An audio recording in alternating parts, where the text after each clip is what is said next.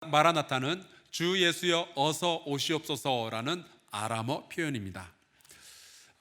우리가 대강절을 지나고 있고 오늘이 대강절의 마지막 주일인데요. 이 대강절은 우리의 구원을 위해서 이 땅에 오셨던 예수 그리스도께서 이제 다시 오실 것을 기대하며 준비하는 기간입니다. 여러분의 신앙 속에 주님은 반드시 오실 것이다, 이 기대감을 꼭 품을 수 있기를 주의 이름으로 축원합니다. 그리고 그분이 오셨을 때 우리는 거룩하고 정결한 신부처럼 예수 그리스도를 맞이할 수 있기를 주의 이름으로 축복합니다. 하나님께서는 우리를 자녀로 삼으시고 우리를 깊이 사랑하시기 때문에 자녀된 우리에게 기쁘고 즐거운 소식을 날마다 들려주기를 원하십니다. 그것이 아버지의 마음이죠. 그래서 그 아버지가 들려주시는 기쁜 소식을 우리가 복음이라고 부릅니다.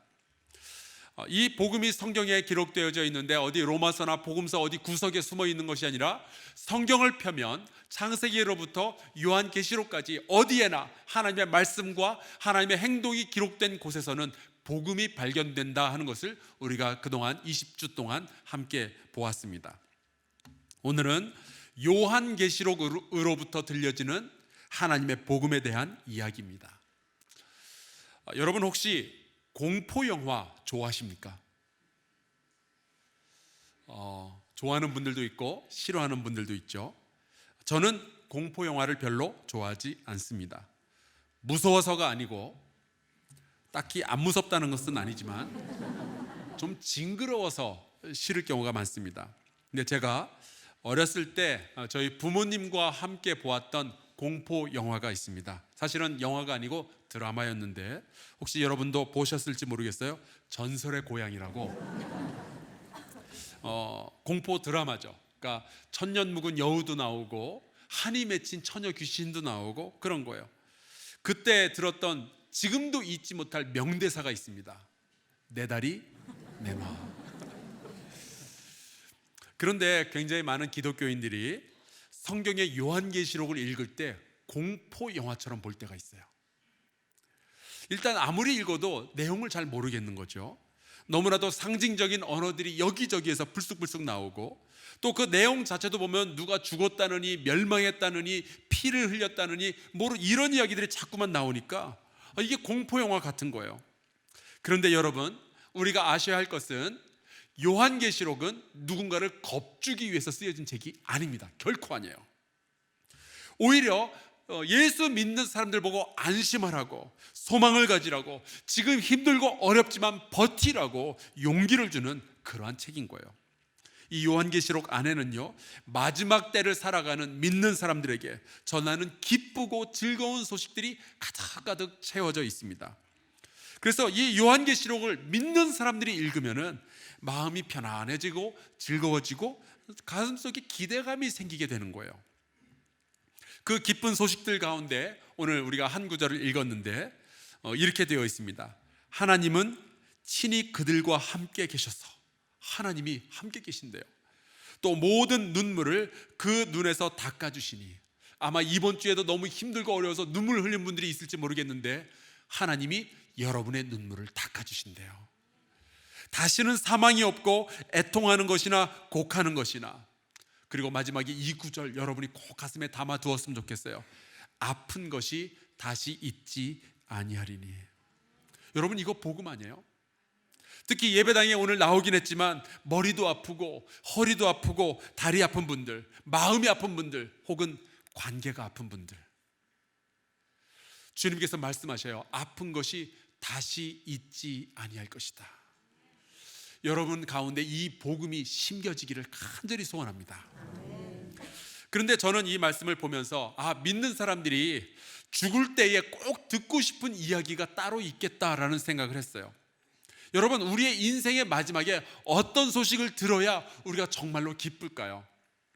제가 미국에서 목회할 때인데 임종 예배를 3번 드려준 할머니가 있었습니다. 그 마가렛 프리맨이라는 미국인 할머니였는데, 근데 이분이 좀 치매가 있는 분이었어요. 평소에는 좀 괜찮은 것 보이다가도 어느 순간에 보면은 아무것도 기약을 못 하시는 거예요. 그래서 했던 이야기 또 하고 했던 이야기 또 하고 그러셨죠. 그 아들 내외가 레리 프리맨, 그 다음에 셔넌 프리맨이라는 분이었는데 제가 잊을 수 없는 은인 같은 분들이에요. 얼마나 저를 위해서 기도해 주시고 저의 목회를 잘 도와주셨는지 모릅니다. 근데 그 어머니도 얼마나 마음이 비단결 같은지, 이제 목사 부부가 한국에서 온 사람들이라고 그러니까 제가 이제 신방을 갔는데 제 아내를 붙잡아 놓고 이렇게 말해주는 거예요. 자기는 미국 사람인데도 오클라호마로 시집 왔을 때 처음에 너무나도 무섭고 힘들어서 한 달 내내 울었대요. 하지만 시간이 지나면서 이웃들도 도와주고 식구들도 도와주고 특별히 하나님께서 나의 마음을 붙들어 주셔서 자기가 잘 적응하고 이겨낼 수 있었다고. 그러면서 사모님도 한국에서 왔지만 지금 힘들고 어렵겠지만 주님께서 도와주시고 우리가 도와줄 테니까 견뎌내실 수 있다고, 내가 기도해드리겠다고 그렇게 말씀을 해주시는 거예요. 얼마나 감사해요. 문제는 잠시만 딴 데 한번 쳐다보면 똑같은 얘기를 다시 시작하시는 거예요. 처음부터 내가 시집 왔을 때 한 달 동안을 울었는데 주님께서 도와주시고 내가 기도해 주겠다, 사모님 이겨낼 수 있어요. 1분 전에 이야기했는데 또 얘기하고 또 얘기하고 같은 자리에서요. 근데 제 아내도 참 대단한 것이 그 할머니가 똑같은 자리에서 똑같은 이야기를 수십 번 반복을 하는데 그때마다 마치 처음 들었다는 듯이 그러셨군요, 너무 고마워요, 그런 말씀해 주셔서 너무 고마워요, 힘이 돼요, 막 그렇게 대답을 하는 거예요. 그렇게 수십 번을 반복하는 두 사람이 이야기하는 것을 제가 봤는데 누가 치매인지 모르겠더라고요. 그런데 어느 날 그 할머니의 자녀들에게서 전화가 왔어요. 어머니가 돌아가실 것 같대요, 병원에서. 그래서 저는 이제 운전을 해서 부지런히 달려갔습니다. 가서 이제 자녀들과 같이 찬송가 부르고 어머니의 영혼을 주님 받아 주옵소서 같이 손 붙잡고 기도하고. 근데 안 돌아가시는 거예요. 기다리다가 보니까 의사가 와서 이런 얘기를 하는 겁니다. 고비를 넘겼다고. 그래서 처음에는 그 할머니도 그 자녀들도 저도 참 기뻐하고 감사하고 그랬는데 두 번째 임종 예배 때도 그러고 세 번째 임종 예배를 드릴 때 제가 갔는데 그 할머니가 그러시는 거예요. 나 이제 그만 쉬었으면 좋겠다고, 또 살아나는 게 너무 힘들다고 그러시더라고요. 그때 제가 배웠어요. 더 살게 된다는 것이 그렇게 기쁜 소식이 아닐 수도 있겠다. 생각해 보세요. 여러분의 인생의 마지막에 의사가 와서, 병원에 누워있는데 의사가 와서 당신 안 죽는다고, 이제 고비를 넘겼다고, 또 살게 됐다고 그렇게 말하는데 몇 번까지 기쁠까요? 당신 조금 더 살게 되었다고 말하는 것이 정말로 내가 죽게 되었을 때 들어야만 할 기쁜 소식이 될까? 저는 그런 생각이 안 드는 거예요. 여러분, 제가 제 인생의 마지막에 듣고 싶은 이야기는 따로 있어요. 오늘 말씀에 나오죠. 보라, 하나님의 장막이 사람들과 함께 있음에 하나님이 그들과 함께 계신다. 여러분, 제가 죽을 때 나 혼자 죽어서 어디 어둠 속으로 빨려 들어가는 것이 아니라, 그리고 사라지는 것이 아니라 하나님이 나와 함께 하신다는 이 소식을 듣고 싶어요. 여러분도 그 소식을 듣게 되기를 축원합니다. 그리고 오늘 말씀 5절에 보면 제가 정말로 듣고 싶은 말씀이 또 있어요. 이런 거예요. 보좌에 앉으신 이가 이르시되. 여러분, 이 보좌에 누가 앉아 계실까요? 바로 우리 하나님 아버지예요. 저는요, 제가 죽을 때 혹은 이 세상이 끝날 때 보좌에는 여전히 하나님이 앉아 계신다는 바로 그 이야기를 듣고 싶어요.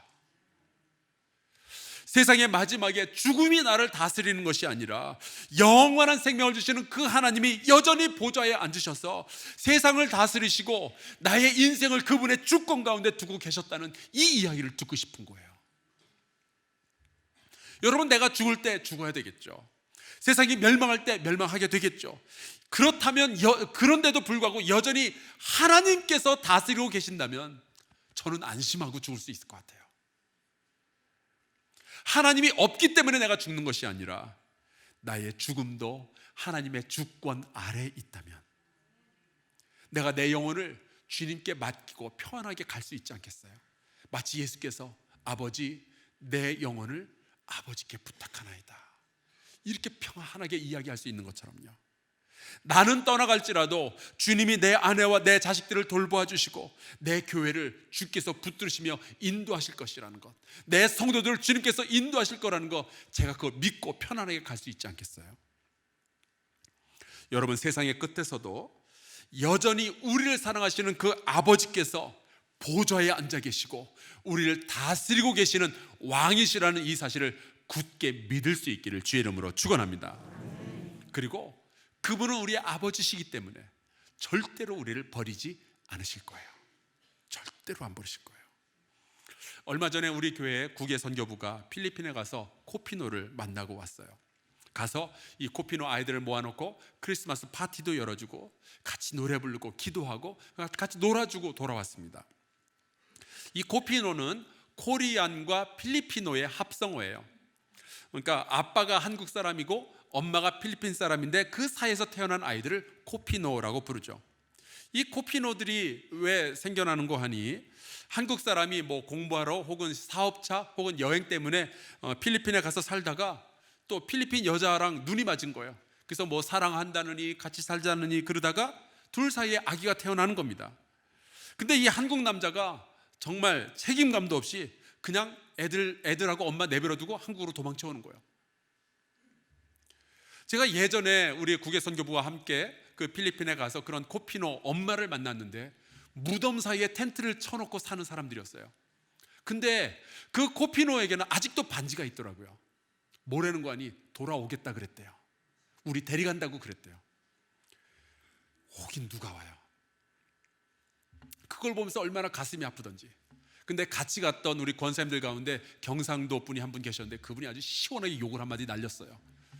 그걸 제가 전달해 드릴 수는 없고 정말 어떻게 그런 남자들이 있는지 모르겠어요. 여러분, 근데 코피노 아빠만 그러냐 말이에요. 여러분, 우리는 내가 끝까지 책임질게 말은 할 수 있지만 그럴 능력이 없을 때가 얼마나 많이 있냔 말이에요. 내가 지켜줄게라는 말은 하지만 여러분, 인간은 믿을 만한 존재가 못 되죠. 하지만 우리 하나님은 끝까지 그 자녀들을 책임지시고 인도하시는 우리 아버지 되심을 믿습니다. 하나님은 세상을 말씀으로 창조하신 것처럼 또 이 세상을 끝내실 분이시고요, 우리를 구원하신 분은 세상의 마지막까지 우리를 지켜주실 분인 줄로 믿습니다. 그래서 요한계시록에 보면은 이러한 말씀이 몇 번이 반복되어져 있는데 이런 거예요. 나는 알파와 오메가요, 처음과 마지막이라. 똑같은 말씀이 요한계시록 22장 13절에는 이렇게 되어 있어요. 나는 알파와 오메가요, 처음과 마지막이요, 시작과 마침이라. 여러분, 나의 마지막 때에 내가 외롭게 혼자 있지 않을 거예요. 그분이 나와 함께 하시는 거죠. 여러분, 우리의 인생을 시작하신 바로 그 하나님은 우리 인생의 마지막에도 내 곁에 계시고, 이 세상을 시작하신 그 하나님은 이 세상의 마지막에도 여전히 우리와 함께하여 주실 줄로 믿습니다. 이게 요한계시록이 우리에게 말해주는 것이고 이게 복음이 아니냔 말이에요. 요즘 인공지능 AI에 대한 이야기가 파대하게 떠들고 있습니다. 사람들이 그렇게 이야기해요. 얼마 되지 않아서 인공지능이 세상을 다스리게 될 거래요. 이미 인공지능이 시키는 대로 너무나도 많은 사람들이 그대로 따라가고 있다는 거예요. 저는 그거 얘기 안 믿었거든요. 근데 제가 생각해 보니까 이런 말을 들은 적이 있어요. 여러분도 들어보셨을 거예요. 남자는 두 여자의 말을 잘 들어야 살 수 있대요. 첫째는 아내, 두 번째가 누구예요? 내비게이션. 알고 계시네요, 여러분도? 저 요즘 보니까 제가 차를 탈 때마다 반드시 내비게이션을 켜게 돼 있어요. 아는 길을 가는데도 내비를 꼭 켜요. 그리고 그 내비가 시키는 대로 움직여요. 저는 언제부터 이렇게 됐죠? 여러분, 내비게이션이 사실은 인공지능이거든요. 이게 시키는 대로만 움직이지 딴 데로 가면 벌써 무서워져요. 이러다 길 막히면 어떡하나. 가끔 보면은 일기예보에서 여러분들 오늘은 비가 올 테니까 우산을 들고 가세요. 그럼 여러분 우산 들고 나오시죠. 그 얘기 원래 누가 한 건 줄 아세요? 인공지능이 해주는 거예요. 인공지능이 말해주는 대로 방송에 나오면 여러분이 우산을 들고 나오는 거죠. 인공지능의 지배를 안 받는다? 아니에요. 우리 시키는 대로 지금 살고 있어요. 놀랍죠. 어제 우리 한국의 바둑의 천재 이세돌 구단, 이 사람이 한국에서 만든 인공지능과 바둑을 뒀는데 졌어요. 2대1로 졌어요. 근데 이 이세돌 이 구단은 천재거든요. 근데 인공지능을 못 이기는 거예요. 근데 이 인공지능의 이름이 한돌이었어요. 한돌. 그래서 신문에 이렇게 나왔더라고요. 한돌이가 새돌이보다 세다. 여러분, 인공지능은 우리의 삶 속에 이미 들어와 있어요. 그리고 많은 학자들이 그러죠. 이제 곧 10년 안에 인공지능이 다스리는 세상에서 우리는 살게 될 것이다. 근데 여러분, 요한계시록이 우리에게 말해주는 것은 이겁니다. 이 세상의 마지막에 아무리 과학이 발달할지라도 그 보좌에 앉아 계신 이는 인공지능이 아니라 여전히 우리의 아버지 하나님이시다 하는 거예요. 이 요한계시록은 교회가 1세기 말 2세기로 넘어갈 때 로마 제국으로부터 엄청난 핍박을 받을 때에 쓰여진 책입니다. 당시 이 로마 제국은 로마의 큰 도시마다 황제를 위한 신전을 세워 놓았어요. 그리고 모든 백성으로 하여금 그 신전에 가서 황제 앞에 절하고 황제를 주님이라고, 큐리오스라고, 주님이라고 부르라는 명령을 내렸습니다. 그런데 예수 믿는 사람들은 주님이 오직 예수 그리스도 한 분밖에 없기 때문에 황제를 향해서 주님이라고 부를 수가 없었던 거예요. 이 사실을 알게 된 로마 정부가 기독교인들을 보고 반역자라고, 너희들은 나쁜 놈이라고 그러면서 그들을 탄압하기 시작한 겁니다. 그래서 로마 제국은 기독교인들을 잡아다가 감옥에다 가두기도 하고 야외 극장에서 사자나 곰하고 싸우다가 물려 죽게 만들고 심지어 불에 태워 죽이거나 물에 삶아 죽이는 일들도 있었고요. 어떤 경우에는 네로 황제 때의 일인데 사람을 정원의 기둥의 꼭대기에다 묶어놓고 횃불 대신 사람을 태우기도 했습니다. 그런 기독교인들에게 쓰여진 책이 요한계시록이었어요. 여러분, 이 책은 안 그래도 고난당하는 성도들에게 더 겁주려고 쓰여진 책이 결코 아닙니다. 오히려 핍박받으며 죽어가는 그들에게 소망을 주기 위해서 쓰여진 책이 요한계시록인 거예요. 힘내라고. 로마 제국이 온 세상을 다스리는 것처럼 보이지만 아니라고, 여전히 하나님께서 그 보좌에 앉아 계시며 우리를 다스리고 계신다고, 온 세상을 다스리고 계신다고, 이 사실을 알아야 된다고 쓰여진 것이 요한계시록인 거예요. 그래서 요한계시록은요, 소망의 책이고 고난당하는 자의 복음서예요. 오늘 우리가 읽은 말씀 7절에 보면 이렇게 되어 있습니다. 이기는 자는 이것들을 상속으로 받으리라. 나는 그의 하나님이 되고 그는 내 아들이 될 것이다. 여러분, 어떠한 고난 가운데 있었어도 하나님을 믿고 의지하는 그 사람의 인생은 승리자의 인생이 될 줄로 믿습니다. 근데 그 사람은 뭔가를 상속을 받게 된대요. 그게 뭐냐? 1절에는 새 하늘과 새 땅을 상속받게 된다라고 말씀하셔요. 2절에 거룩한 성 세례 예루살렘, 이것이 상속된다라고 말씀하시죠. 그리고 6절에 나오는 말씀은요, 생명수 샘물이에요. 이기는 자들, 끝까지 하나님께서 왕이시라는 것을 고백하는 자들은 이런 것들을 상속받게 되고, 다시 한 번 더 확인하게 되는 것은 하나님이 우리의 아버지셨구나, 이것을 알게 되는 거예요. 요한계시록 19장에 보면 어린 양의 혼인잔치가 나옵니다. 남들은 다 죽겠다고 아우성인데 그 가운데 잔치가 열리는 거예요. 여러분, 이 세상의 영화들 보면은 세상의 마지막 때 무슨 일이 일어나느냐, 많이들 지진이나 해일이나 이상기후나 혹은 지구가 유성하고 충돌하거나 공해로 지구가 아주 비참하게 박살나거나 그러죠. 근데 요한계시록은 그렇게 말 안 해요. 요한계시록은 이렇게 이야기합니다. 이 세상의 마지막에는 잔치가 있을 것이다. 그리고 9절에 이렇게 천사가 말합니다. 천사가 내게 말하기를 기록하라. 어린 양의 혼인잔치에 청함을 받은 자들은 복이 있도다. 여러분, 누가 이 잔치에 초대받을 복받은 사람인가요? 누굴까요? 저와 여러분이에요. 저와 여러분이 이 어린 양의 혼인잔치에 초대받은 복받은 사람들이에요. 우리 양옆으로 인사 나누겠습니다. 어린 양의 혼인잔치에서 만납시다.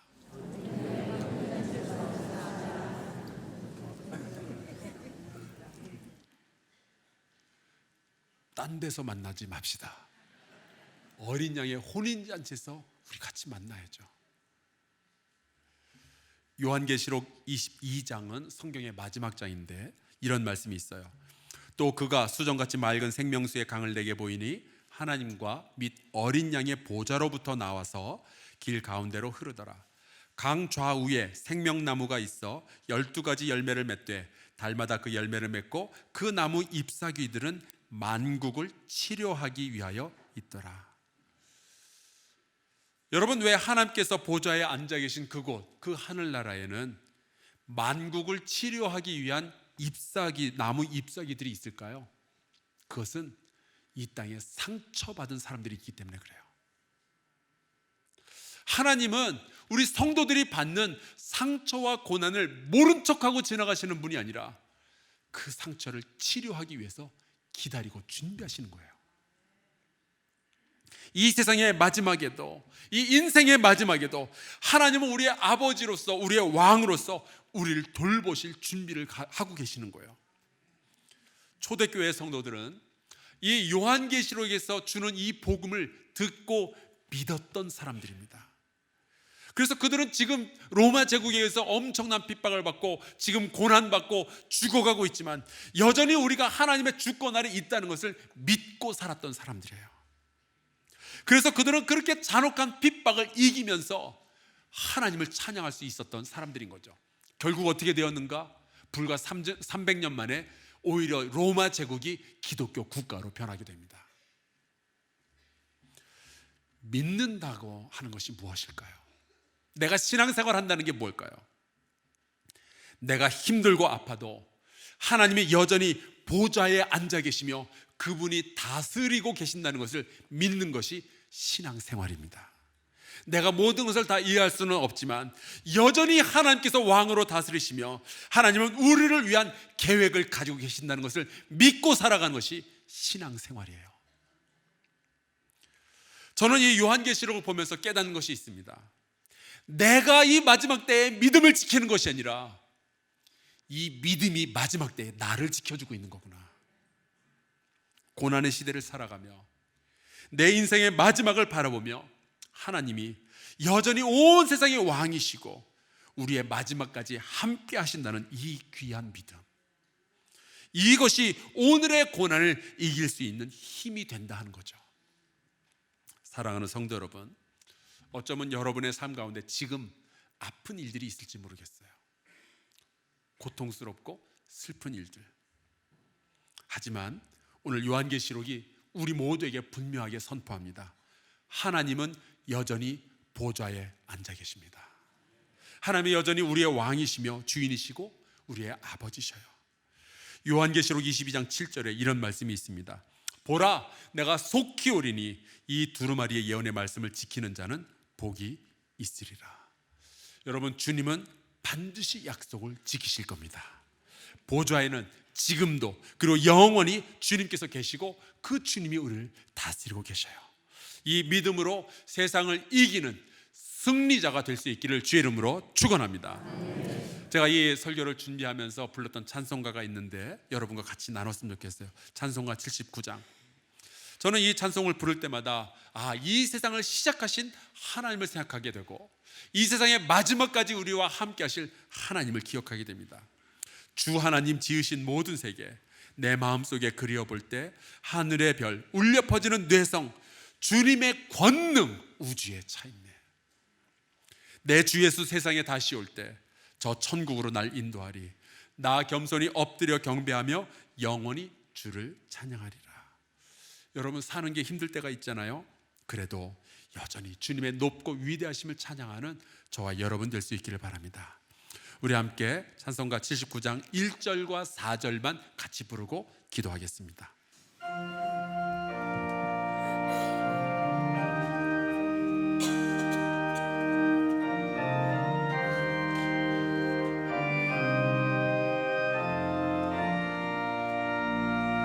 주 하나님 지으신 모든 세계 내 마음속에 그리워볼 때 하늘의 별 울려 퍼지는 뇌성 주님의 권능 우주에 찬네.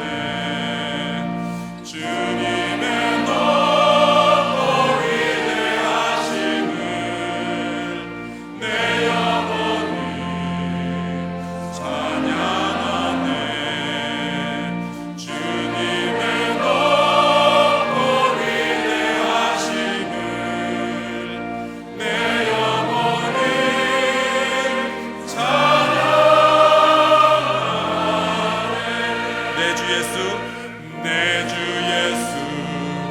세상에 다시 올 때 저 천국으로 나를 인도하리. 나 겸손히 엎드려 경배하며 영원히 주를 찬양하리라. 주님의 높고 위대하심을 내 영혼이 찬양하네. 주님의 높고 위대하심을 내 영혼이 찬양하네.